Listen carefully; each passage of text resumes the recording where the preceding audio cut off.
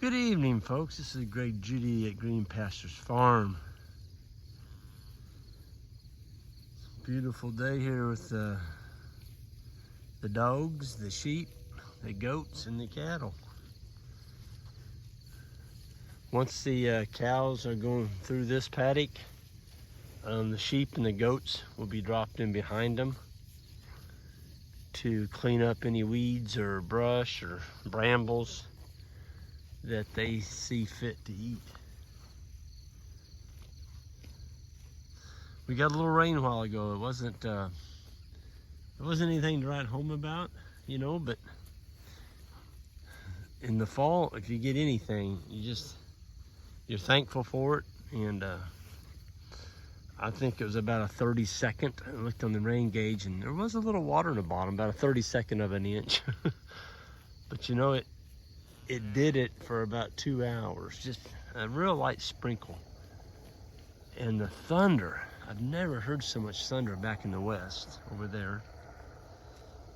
Boy, we're really gonna get one. We're really gonna get one. And there's a big red sail and it went right over the top of us. It went north. Yeah, passed over north.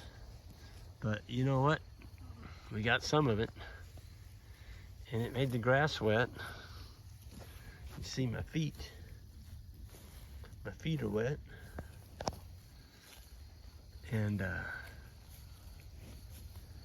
cows are happy. I just moved them just a second ago. And they're always happy when they get moved on to fresh grass. I tell you what, that's just the sky in the background and the red cattle in the foreground on the green grass. I might add tall, lush green grass. It's over 1 foot tall. We haven't grown this kind of winter stockpile for, well, 2 years. And I think even 3 years, we didn't see this kind of growth. I mean, look at that. It's as tall as the legs on that cow. And that's not a miniature cow. I mean, that's, 950 pounds. I guess some people call that a miniature. We don't. That's about the right size cow.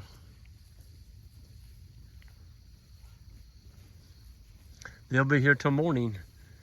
And this is the weekend. The boys are off. I gave Ike off, and Isaac is in Minnesota, and Jackson's at the guard.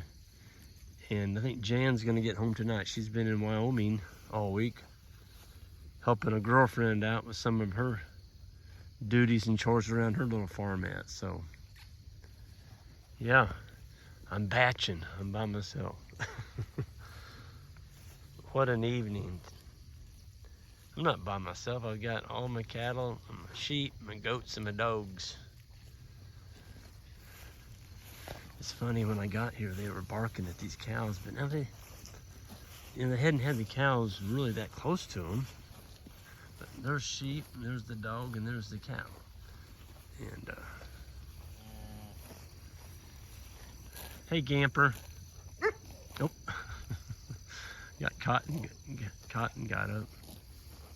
Somebody said something about the Gamper's ears, and that's the way they are.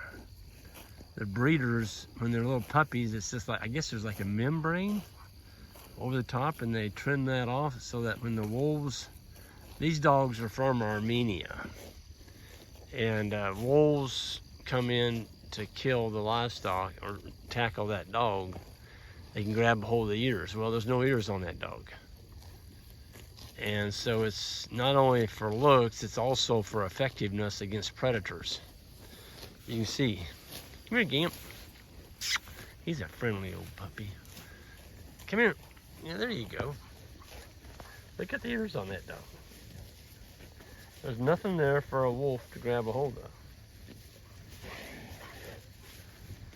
And I was looking at the Gampers. It's spelled G-A-M-P-R. Some of the Gampers, they actually dock the tails where they're only like 6 to 8 inches long. I think they look good with their full tail. You can tell he's a puppy though, look at him. He's gonna get probably another 4 inches taller and probably 50 pounds heavier. He's a brute. And big boy, he's laying up there in the middle of them sheep. That's where big boy hangs out. He's always in the middle of the sheep. Just see the top of his head sticking up there.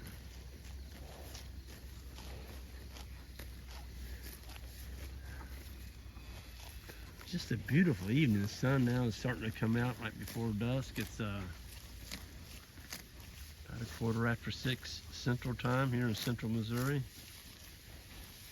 And these cattle are absolutely going to town.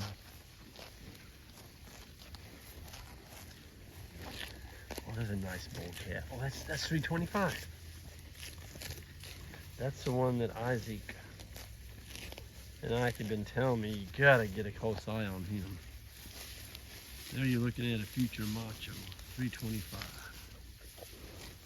So he'd be the 25th calf born in April of this year. But boy, is he a stud. Holy moly. He already looks like a macho, a young macho.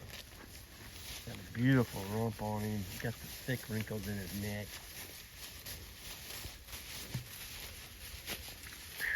Golly, tight little sheath on him. He's just thick all the way down. There's several more in here that are awful close to him. Well, there's his sister. Look at that one. Now, is that a pretty heifer calf or what? That's 316, so she would have been born about 9 calves in front of this little bull. She's just slick as a button. So I'm going to be seeing some of y'all at the South Pole Field Day. That's coming up here in Alabama. And that's going to be this coming Friday and Saturday. It is, I'll get the dates for you because I always, 22nd and 23rd. It's going to be in Alabama. And you can go to the South Pole website. And it's a field day and cattle sale. I'm going to be the keynote speaker there. And there's going to be several other speakers there as well.